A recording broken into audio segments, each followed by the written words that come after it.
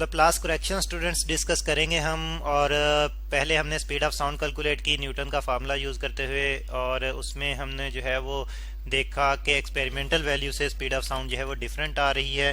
अगर हम न्यूटन का फार्मूला यूज़ करते हुए कैलकुलेट करें तो वैल्यू कम आ रही है एज़ कम्पेयर टू एक्सपेरिमेंटल, और काफ़ी जो है वो कम वैल्यू हमें नज़र आ रही थी। तो अब लप्लास ने उसी कमी को दूर किया करेक्शन के ज़रिए से, ठीक है जी। और बात करें पहले तो न्यूटन की कैलकुलेटेड वैल्यू की, तो वो स्टूडेंट्स हमारे पास आ रही थी 280 मीटर पर सेकंड स्टैंडर्ड टेम्परेचर और प्रेशर पर। और इसके लिए फार्मूला जो यूज़ किया था v is equal to square root of pressure divided by density, ठीक है जी। या एयर की हम बात करें, एयर के लिए जो है वो ये ड्राइव किया था। और इनिशियल फार्मूला स्टूडेंट्स जो हमने देखा था वो था v is equal to square of elastic modulus divided by density. ये किसी भी मटेरियल में अगर स्पीड ऑफ अगर साउंड जो है वो ट्रेवल करे तो तब फार्मूला है हमारे पास, ठीक है। तो अच्छा, हमने ये न्यूटन की वैल्यू जो थी वो देखी, न्यूटन के फार्मूले से कैलकुलेटेड वैल्यू। और अगर हम एक्सपेरिमेंटल वैल्यू को देखें तो वो आ रही थी जी 332 मीटर पर सेकंड स्टैंडर्ड टेम्परेचर और प्रेशर पर। अब लप्लास ने जो था वो करेक्शन की, और करेक्शन में उन्होंने कहा कि जब साउंड वेव ट्रेवल करती हैं तो इतनी तेज़ी से ट्रेवल करती हैं कि सडन यानी कि रैपिड कंप्रेशन और रिफ्रैक्शन प्रोड्यूस होती हैं। तो उसे क्या होता है, जो टेम्परेचर होता है वहाँ का यानी कि वहाँ की जो हीट होती है वो उस रीजन की हीट जहाँ पे कंप्रेशन प्रोड्यूस हो रही है, तो वो फ्लो नहीं कर पाती। टेम्परेचर कांस्टेंट रखने के लिए वो हीट जो है वो फ्लो नहीं कर पाती, और इसलिए वहाँ पे जो है वो फिर हीट जो है वो ट्रैप अप हो जाती है, हीट ट्रैप्ड, ठीक है। अब हीट अगर ट्रैप अप हो जाएगी तो जारी बात है वहाँ का टेम्परेचर जो है चेंज हो जाएगा, इंक्रीज कर जाएगा। तो जबकि बॉयल्स लॉ जो यूज़ किया था न्यूटन ने फार्मूला इसका स्पीड ऑफ साउंड का फार्मूला ड्राइव करने के लिए, तो बॉयल्स लॉ जो है वो हम सिर्फ कांस्टेंट टेम्परेचर पर ही ले सकते हैं। Product of pressure and volume constant pressure की उसके लिए कंडीशन है, ठीक है जी। तो इसी तरह से रिफ्रैक्शन की अगर हम बात करें तो वहाँ पे फिर जो है वो सडन टेम्परेचर फॉल आउट कर जाता है, और वहाँ पे भी टेम्परेचर कांस्टेंट नहीं रहता। यहाँ पे हम लिख लेते हैं कि इससे क्या होता है, टेम्परेचर कांस्टेंट नहीं रहता, टेम्परेचर जो है वो ये कांस्टेंट नहीं रहता, कांस्टेंट, ठीक है जी।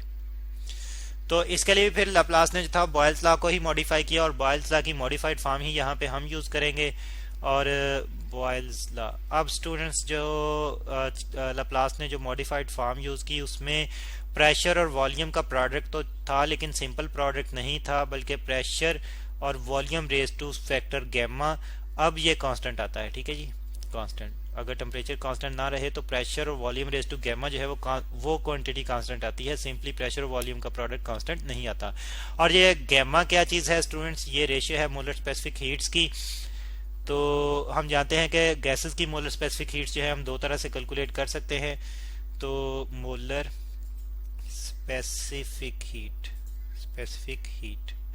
ठीक है जी।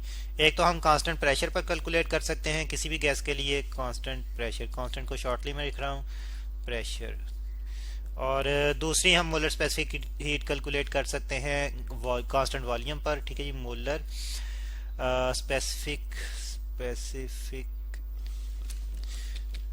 Specific heat at constant volume, ठीक है जी, हीट एट कांस्टेंट वॉल्यूम, ठीक है जी, कांस्टेंट वॉल्यूम। तो ये दो तरह से हम मोलर स्पेसिफिक हीट कैलकुलेट करते हैं। उन्हीं की अगर हम रेशियो ले तो गैमा का फैक्टर आता है, और यही गैमा का फैक्टर जो है बॉयल्स लॉ में इंट्रोड्यूस होता है टेम्परेचर चेंज को जो है वो कवर अप करने के लिए, ठीक है। तो अब स्टूडेंट्स अब हम बात करें जब एक कंप्रेशन रिफ्रैक्शन प्रोड्यूस होती है, यानी कि एक वेव जो साउंड वेव जब गुजरती है एयर में से, तो तब क्या होगा।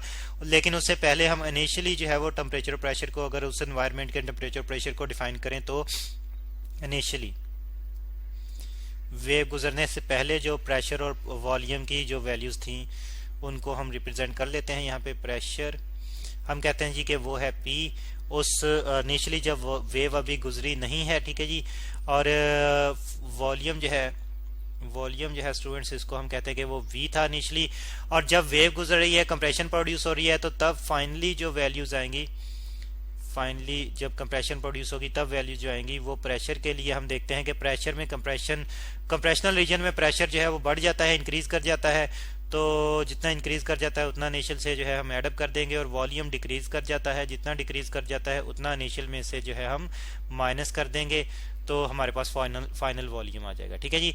अब हमारे पास बॉयल्स लॉ जो है इनिशियल और फाइनल वैल्यूज के अगर हम लें तो वो कांस्टेंट आना चाहिए, लेकिन सिंपली प्रोडक्ट नहीं बल्कि raise to gamma, volume raise to gamma. और इस तरह भी फाइनल क्वांटिटीज जो है हमारे पास पी प्लस डेल्टा पी है, और इसके साथ साथ हमारे पास वॉल्यूम जो है वी माइनस डेल्टा वी है, और ये रेज टू गैमा आ जाएगा। अब स्टूडेंट्स यहाँ पे अगर मैं इसमें से इस फैक्टर में से v कॉमन ले लूं तो हमारे पास जो है यही इक्वेशन कुछ इस फॉर्म में आ जाएगी, P V raise to gamma into P plus delta P into V है, मैंने कॉमन ले लिया, और ये साथ में इसकी पावर भी आएगी इंटू यहाँ पे 1 बच गया अब, और डेल्टा वी जो है ये v से डिवाइड हो जाएगा, होल रेज टू गैमा आ गया। ठीक है स्टूडेंट्स। अब स्टूडेंट्स आप देख रहे हैं कि यहाँ पे ये और ये कैंसिल आउट हो रहे हैं, तो हमारे पास ये बच रही हैं terms p is equal to P plus delta P into 1 minus delta V divide by V whole raise to gamma. ठीक है जी। और स्टूडेंट्स इसको हम फर्स्ट इक्वेशन अगर जो है वो रिप्रेजेंट कर लें तो हम देख रहे हैं कि इसमें ये वाली टर्म सेकंड टर्म पैरेंथेसिस में जो है ये जो है ये एक बायनोमियल एक्सप्रेशन है, रेज टू सम फैक्टर है। ठीक है जी, सम पावर है, और इसको फिर हम बायनोमियली ही जो है वो सॉल्व करेंगे, बायनोमियल एक्सपेंशन से ही सॉल्व करेंगे, बायनोमियल एक्सपेंशन से सॉल्व करेंगे। ठीक है जी, एक्सपेंशन। और बायनोमियल एक्सपेंशन जब हम इस पे यूज करते हैं 1 minus delta V over V raise to gamma पे, तो स्टूडेंट्स इसका रिजल्ट हमें मिलता है 1 minus gamma into delta V over V, और हायर नेक्स्ट टर्म जो है उसमें इसकी डेल्टा वी और वी की हायर पावर आती जाएंगी, और हायर पावर के लिए स्टूडेंट्स ये क्वांटिटी जो है वो छोटी होती जाएगी, ये फ्रैक्शन छोटी होती जाएगी। कैसे? अगर आप कैलकुलेट आप खुद से जो है इसकी प्रैक्टिस करें कि अगर आप 0.5 जो कि डेल्टा वी को रिप्रेजेंट कर रहा है इसका स्केयर लें, और 2 जो कि इनिशियल वॉल्यूम को रिप्रेजेंट कर रहा है इसका स्केयर लें, और इसको एज अ होल कैलकुलेट करें, तो आप देखेंगे कि ये जो है वो वैल्यू कम आएगी as compare to 0.5 divided by 2 simple से। ठीक है, तो इसलिए फिर वो वैल्यूज जब कम आएंगी तो उनको हम निगलेक्ट कर देंगे, क्योंकि उनका खास फैक्ट नहीं होगा। बहुत कम वैल्यूज होंगी तो उनको हम निगलेक्ट कर देंगे,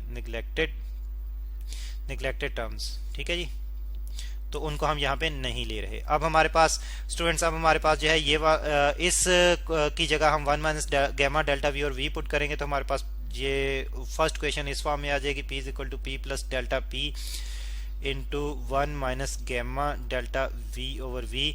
और स्टूडेंट्स अब मल्टीप्लाई करें तो हमारे पास जो है वो ये आ जाएगा p इज इक्वल टू, पहले 1 से मल्टीप्लाई करें तो p प्लस डेल्टा p आ जाएगा, और फिर सेकंड फैक्टर से मल्टीप्लाई करें तो minus gamma p delta v over v, और minus gamma delta p delta v over v। अब डेल्टा p और डेल्टा v जो है ये भी बहुत फ्रैक्शन में है, ऑलरेडी फ्रैक्शन में है, जब मल्टीप्लाई होंगे जो क्वांटिटी और छोटी हो जाएगी, तो इस तरह से ये टर्म जो है एज अ होल जो है इसको हम फिर निगलेक्ट करेंगे। ठीक है जी, निगलेक्टेड। तो हमारे पास बाकी टर्म्स जो बचेंगी उसमें स्टूडेंट्स हम देख रहे हैं कि ये p और p कैंसिल आउट होंगे, जहां पे फिर 0 is equal to delta p minus gamma p delta v over v बच जाएगा। और इस टर्म को, सेकंड टर्म को अगर मैं लेफ्ट साइड पे शिफ्ट कर दूं तो इससे यहाँ पे ये पॉजिटिव हो जाएगी, तो gamma p delta v over v is equal to जो है डेल्टा p आ जाएगी।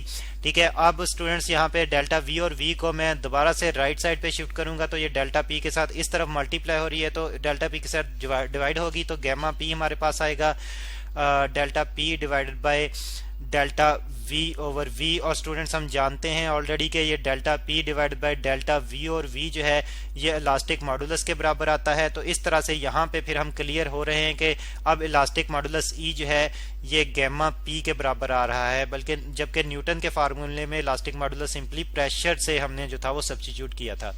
तो अब स्टूडेंट्स बिल्कुल इनिशियली जो हमने किसी भी मीडियम के लिए वेलोसिटी की इक्वेशन, स्पीड की इक्वेशन बनाई थी, वहां पे इलास्टिक मॉडुलस की जगह गैमा p हम पुट करेंगे, तो हमारे पास फिर जो है वो स्पीड की इक्वेशन आ जाएगी, v is equal to square root of gamma p divided by rho. और स्टूडेंट्स गैमा p जो है p डिवाइडेड बाय रो जो है ये हम ऑलरेडी कैलकुलेट कर चुके हैं, एयर के लिए स्टैंडर्ड टेम्परेचर प्रेशर पर इसकी वैल्यू कैलकुलेट कर चुके हैं, वो है 280 मीटर पर सेकेंड न्यूटन के फार्मूले से। और फिर सिर्फ गैमा की वैल्यू अगर हम देखें तो एयर के लिए गैमा की वैल्यू जो है एयर के लिए गैमा की वैल्यू जो है वो है 1.4। तो इसका अगर स्पीड फाइंड आउट करनी है तो इसका स्क्वायर रूट लें और मल्टीप्लाई कर दें इस फैक्टर से 280 मीटर पर सेकंड से, 280 मीटर पर सेकंड से। ठीक है जी। अब स्टूडेंट्स जब ये कैलकुलेशन करते हैं तो हमारे पास स्पीड जो आती है वो आती है 331 मीटर पर सेकंड। ठीक है जी, 330 या 331 मीटर पर सेकंड, तो राउंड ऑफ करके यानी कि तो हम देख रहे हैं कि ये वाली स्पीड जो है स्टैंडर्ड टेम्परेचर प्रेशर पर बहुत क्लोज है एक्सपेरिमेंटल वैल्यू के, जो कि है जी 332 मीटर पर सेकंड। तो इस तरह से लैप्लास करेक्शन के जरिए से हम जो है वो एग्जैक्टली वैल्यू फाइंड आउट कर सकते हैं स्पीड ऑफ साउंड के लिए एयर में स्टैंडर्ड टेम्परेचर और प्रेशर पर।